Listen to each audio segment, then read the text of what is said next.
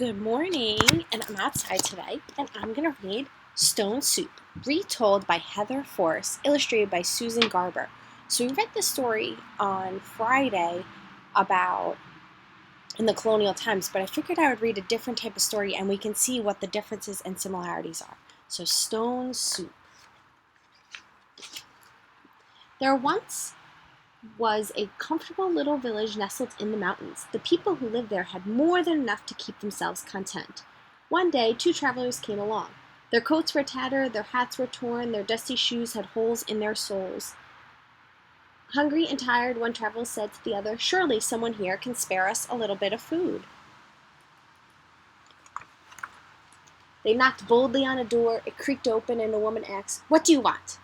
"Please," said one of the travelers, "we are hungry. Do you care? Will you share? Do you have any food?" The woman squinted her eyes and replied, "No!" And she quickly slammed the door shut. That's not nice. The travelers walked a little further down the road and knocked on another door. A young boy answered. His chocolate brown eyes were so sweet. "Good day," he said shyly. "What do you want?" "Please," said one of the travelers, "we are hungry. Do you care? Will you share? Do you have any food?" The boy replied, "There's no food here," and closed the door. The travelers wandered wearily through the village, knocking on every door, but everywhere they heard, "I don't care, I won't share, there is no food." They sat to rest beside a well. One traveler sighed and clutched his empty belly. He said, "If there's really no food in this elegant little village, then the people who live here are in greater need than we are. We should make them our magical soup." Magical soup. The two travelers climbed up on the edge of the well and shouted, "We are master cooks! If anyone in this town has a big black pot, we will make the most delicious soup anyone ever tasted." A door slowly opened. A round man emerged carrying a gigantic black pot. "I love to eat," he said. "Here's a pot. Let me see what two master cooks can do with it." "Watch and see," said one traveler with glee. The travelers filled the pot with cold water and built a fire. Soon the flames licked the sides of the pot and billows of steam rose into the air. Curious people began to gather. "What is happening?" the townspeople asked. "We are making an unusual soup," said one of the travelers. "It requires a special magical ingredient. I am certain we will find it in this town."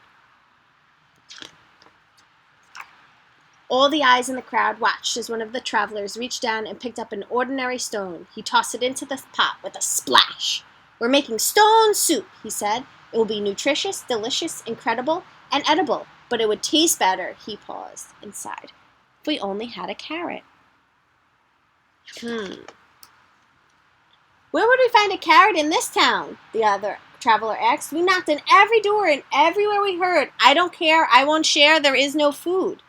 "Then perhaps we cannot make the delicious soup after all," they both announced with a sad shrug of their shoulders and began to turn away. A child timidly raised her hand and said, "Wait, I have a small carrot." "Excellent," shouted the travelers. "Bring what you've got. Put it in the pot. We're making stone soup." "This magical soup would taste even better if we had a potato," they added. A deep voice in the back of the crowd called out, "I have a potato." "Wonderful," shouted the travelers. "Bring what you've got. Put it in the pot. We're making stone soup." "It would taste better still," they said, "if we had just a few more ingredients." Uh-oh. "Perhaps," said one of the villagers, "I could bring a green bee." "Well," said another, "if you're going to bring a green bee, I will bring a kernel of corn." "I shall not be outdone," cried another. "I will bring an egg noodle."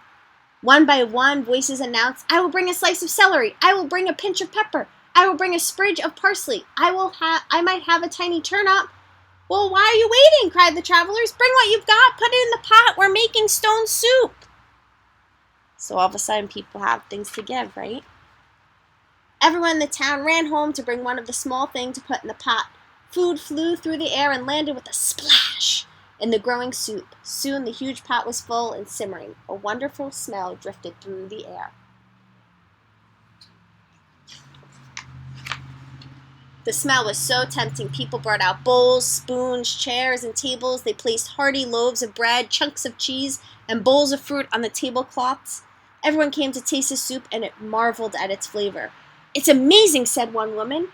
These two travelers made such a delicious soup out of stone. Out of stone, said the travelers with a grin, and a magical ingredient: sharing. As the travelers left the town, they said, if anyone ever wants to make this soup again, just remember the recipe. Bring what you've got, put it in the pot. Every bit counts, from the largest to the least. Together we can celebrate a stone soup feast. So, you're going to write about what was different and what was the same, and I can't wait to read about your writing. Enjoy your day.